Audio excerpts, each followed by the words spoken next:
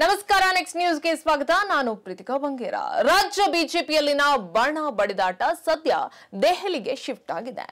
ಈ ಮಧ್ಯೆ ಬಿಜೆಪಿ ಹಿರಿಯ ನಾಯಕ ಮಾಜಿ ಸಚಿವ ಬಿ ಶ್ರೀರಾಮುಲು ಅವರು ತಾವು ರಾಜ್ಯಾಧ್ಯಕ್ಷರಾಗಲು ಸಿದ್ಧ ಎಂದು ಹೇಳಿದ್ದಾರೆ.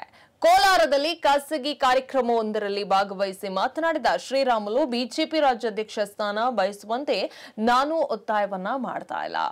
ಒಂದು ವೇಳೆ ನನಗೆ ರಾಜ್ಯಾಧ್ಯಕ್ಷ ಸ್ಥಾನವನ್ನ ಅವಕಾಶ ಏನಾದ್ರೂ ಕೊಟ್ರೆ ನಿಭಾಯಿಸ್ತೇನೆ ಎಂದು ಅವರು ಹೇಳಿದ್ದಾರೆ. ಇನ್ನು ವಿಜೇಂದ್ರ ಅವರು ರಾಜ್ಯಾಧ್ಯಕ್ಷರಾಗಿ ಇದ್ರೆ ಆಕಸ್ಮಿಕವಾಗಿ ಬದಲಾವಣೆಯಾದ್ರೆ ನಾನು ರಾಜ್ಯಾಧ್ಯಕ್ಷನಾಗಲು ಸಿದ್ಧ. ಬಸನಗೌಡ ಪಾಟೀಲ್ ಯತ್ನಾಳ್ ನನ್ನ ಹೆಸರು ಪ್ರಸ್ತಾಪವನ್ನ ಮಾಡಿದ್ದಾರೆ. ದೊಡ್ಡ ಮನಸ್ಸಿನಿಂದ ಅವರು ನನ್ನ ಹೆಸರು ಪ್ರಸ್ತಾಪ ಮಾಡಿರೋದು ಸಂತಸ ಎಂದರು.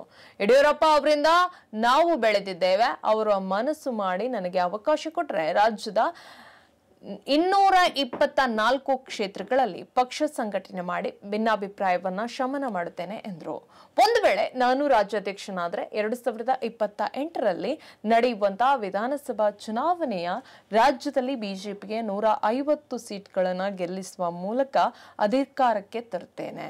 ನಾನು ಅಧ್ಯಕ್ಷನಾಗಲು ಬಸನಗೌಡ ಪಾಟೀಲ್ ಯತ್ನಾಳ್ ಅವರ ಸಹಮತವಿದೆ ಎಂದು ಅವರು ತಿಳಿಸಿದರು. ಹೆಚ್ಚಿನ ಅಪ್ಡೇಟ್ಗಾಗಿ ನೋಡ್ತಾರೆ ನೆಕ್ಸ್ಟ್ ನ್ಯೂಸ್ ಕನ್ನಡ. ವಂದನೆಗಳು.